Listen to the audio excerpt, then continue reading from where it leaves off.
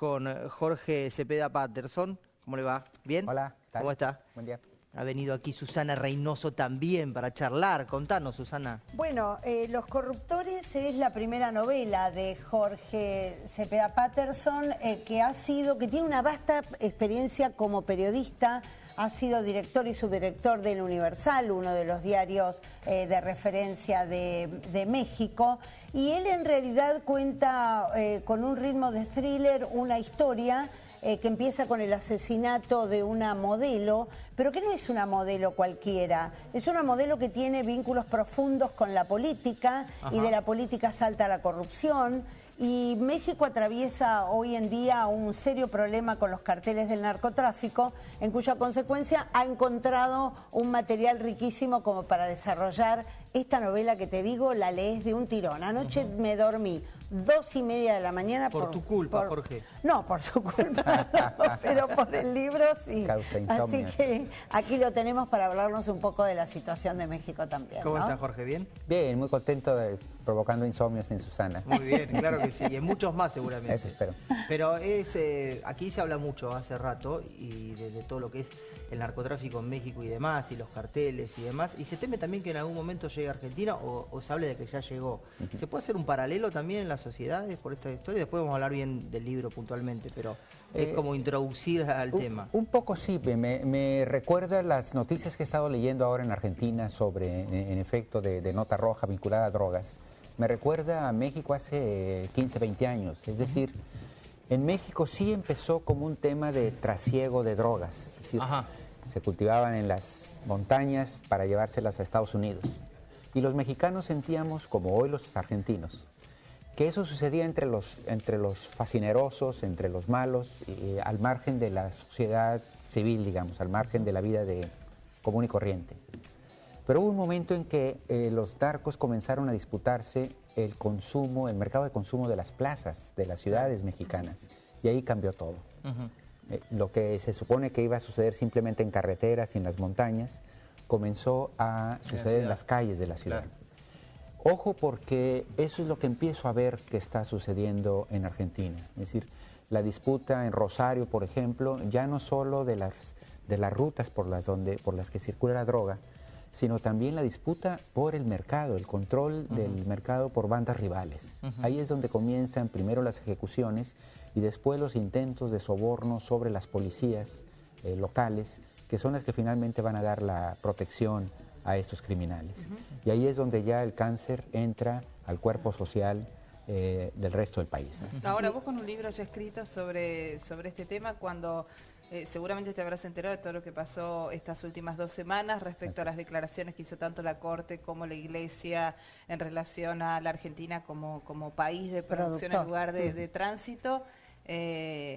Dije, ¿no pensaste qué tarde llegan? Porque si vos ya lo habías visto, que las instituciones vayan atrás. Ahora.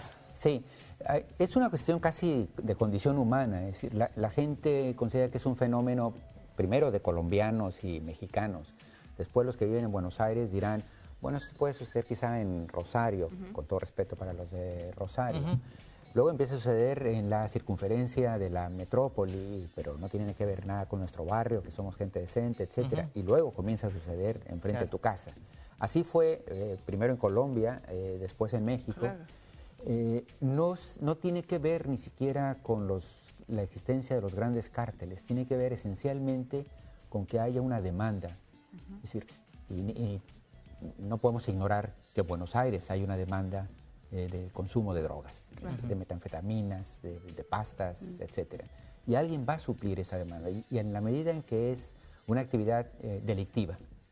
Esto acaba con grados de violencia sobre los cuales simplemente podemos especular. Ahora, yendo a uno de los aspectos que trata tu novela, da la impresión que una vez que el narcotráfico penetra la política y penetra el cuerpo social, es decir, empieza a ofrecerle trabajo a los más pobres, a los que lo necesitan, se convierte como en una metástasis imposible de erradicar, ¿no? Exactamente, sobre todo porque el narcotráfico tiene márgenes de ganancia extraordinarios.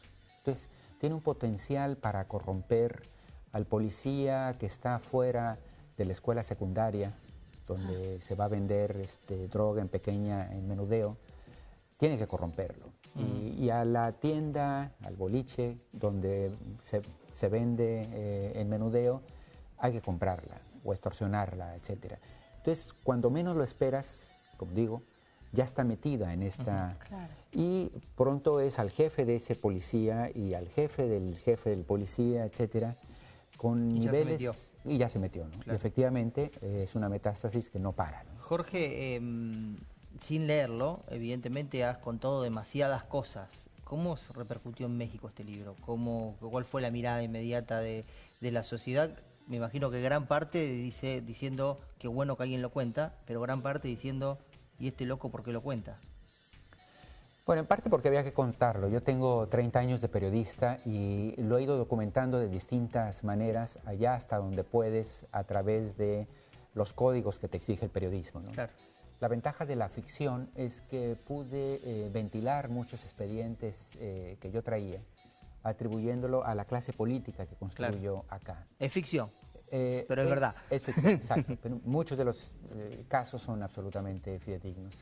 Debo decir que ha impactado no solo en México, en España ya va en su segunda edición, que en España tienen lo suyo en materia de corrupción también, por supuesto, y se está traduciendo al portugués, al francés, al italiano, y espero al inglés y al alemán en breve, ¿no? En eso estamos. Ahora, ¿hay un hecho real que le dio origen a esto? Porque esto comienza con el asesinato de una modelo que tiene muchos secretos y que tiene números de cuentas de banco, etcétera. Un asesinato bastante truculento.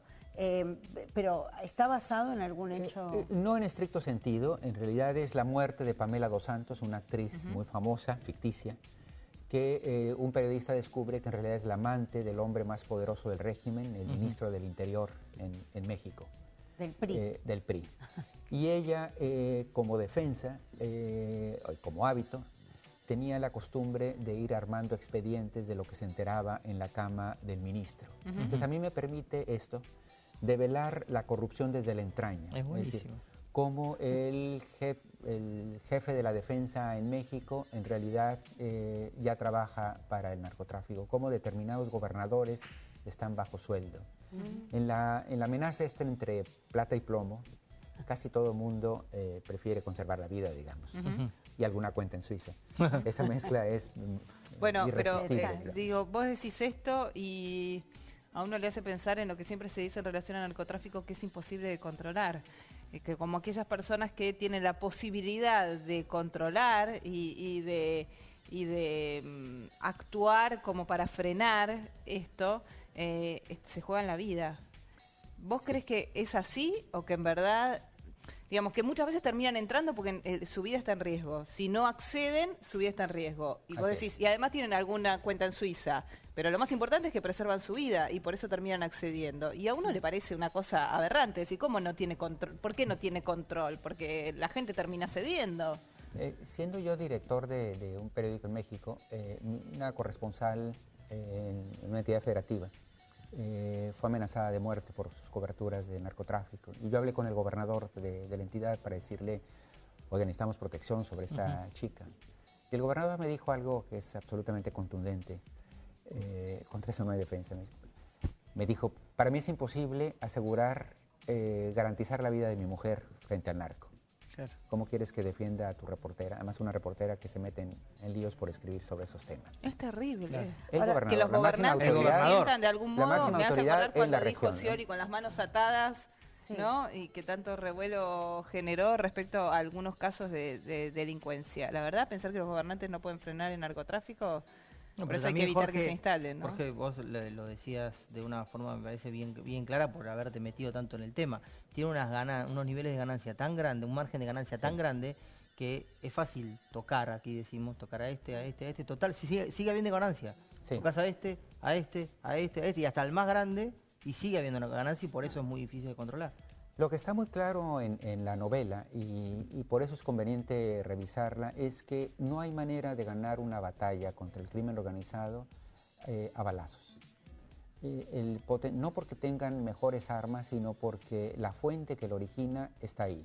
Y tiene que ver con los brutales consumos y lo que eso representa en dinero para el narcotráfico. Es decir, eliminar a este capo, desmantelar tal banda criminal, le da lugar a otra. Es absolutamente efímero. Es decir, 2 semanas después está reconstituida igual, otra. Claro. Te hago una pregunta en relación con los periodistas, porque la Fundación Nuevo Periodismo acaba de premiar en su mayor categoría, anteayer, un trabajo de un periodista mexicano sobre los carteles, ¿no? El cartel de Sinaloa y los Zetas, que son los más fuertes. ¿Conocés periodistas que de pronto hayan pasado para el otro lado?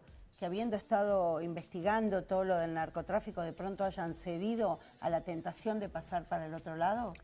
Sucede mucho que hay autocensura en muchos periodistas por el riesgo y ocasionalmente, efectivamente, asalariados. Yo he estado en alguna redacción de un periódico cerca de la frontera con Estados Unidos, en México, platicando sobre estos temas con alguien, con el jefe de redacción, que me dice, mira, vámonos mejor a la orilla, a aquella esquina, porque no sé cuáles de estos reporteros pueden estar trabajando, pueden ser infiltrados. Claro. Entonces ya cuando en la propia redacción, digamos, te tienes que cuidar, porque puede haber más de uno que trabaje para ellos, efectivamente es complicado.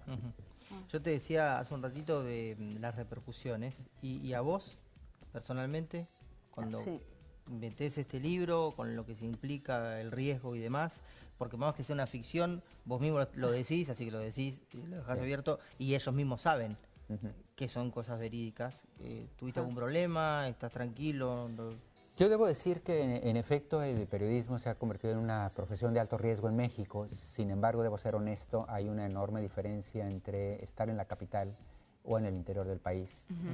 Hay más de 70 colegas muertos o desaparecidos en los últimos años, básicamente todos de ciudades medias y pequeñas, particularmente de las zonas bravas donde está el narcotráfico. Los periodistas en la Ciudad de México, particularmente los conocidos, tenemos de alguna manera, estamos galvanizados o una factura política mucho más alta. Sin custodia, para tocarnos. Pero... He tenido custodia algún tiempo, imposible acostumbrarse a eso. Claro. Al final, bajo el lema este de si te toca, aunque te cuides, y si no te toca, aunque no te cuides. ¿Y por qué te inclinaste a esto? ¿Qué satisfacción encontraste? ¿O por hacer algo o porque se fue dando así? Digo, porque podrías haberte dedicado tu carrera a otra área dentro del periodismo. Mucho más tranquilo. Hacer una de México. Y no, ya digo, ¿por qué meterte con el narcotráfico? Está incendiado eso. No, es decir, yo creo que uno se mete a este oficio para denunciar los vicios públicos, dar cuenta de los problemas de la comunidad, etcétera. Y cuando el crimen organizado se convierte en el principal problema, no hay manera de obviarlo. Claro. Hay que entrarle o efectivamente mejor dedicarse a otra cosa. Uh-huh. Lo que ha sido interesante es que es mi primera incursión en la ficción, ¿no? Es decir, pero no es más que otra ventana para buscar otras vías para decir lo mismo. Es decir, cuidado, está pasando esto y está metido en la forma en que vivimos, amamos, nos relacionamos, etcétera. Y además hay mucho del periodismo de investigación. Está transcurriendo en este momento esta novela, porque cuando la terminó, la situó en noviembre de 2013. Mirá. El lector la leería en tiempo real. Y si la pones en diciembre de 2014, seguramente la puedes poner en tiempo real también. O capaz que sea lo peor, que viene ¿no? hasta ahora, quizás te la puedes poner igual. En Argentina sería para el 2014, supongo. ¿Ya? Y es una ¿Tanto? novela, por Wow. lo demás, adictiva. Es decir, una vez que comienza a leerla, te provoca insomnios. Gracias, Jorge. Gracias. Para Gracias. los espectadores de Banda 3.0, lectores de lujo, los mejores ojos y oídos de Argentina, con aprecio, Jorge Cepeda Patterson. Buenísima la dedicación también. Y acá está el libro, Los corruptores. Corran y no duerman durante todo el fin de semana, amigos. Vayan a las librerías Te comes lobo. y lo pueden tener. Gracias, Jorge. Gracias. Gracias, Susana. Muchas gracias. Vamos a la pausa. Hacemos una pausa, ya Sí, venimos, hay hay mucho más hasta las 10.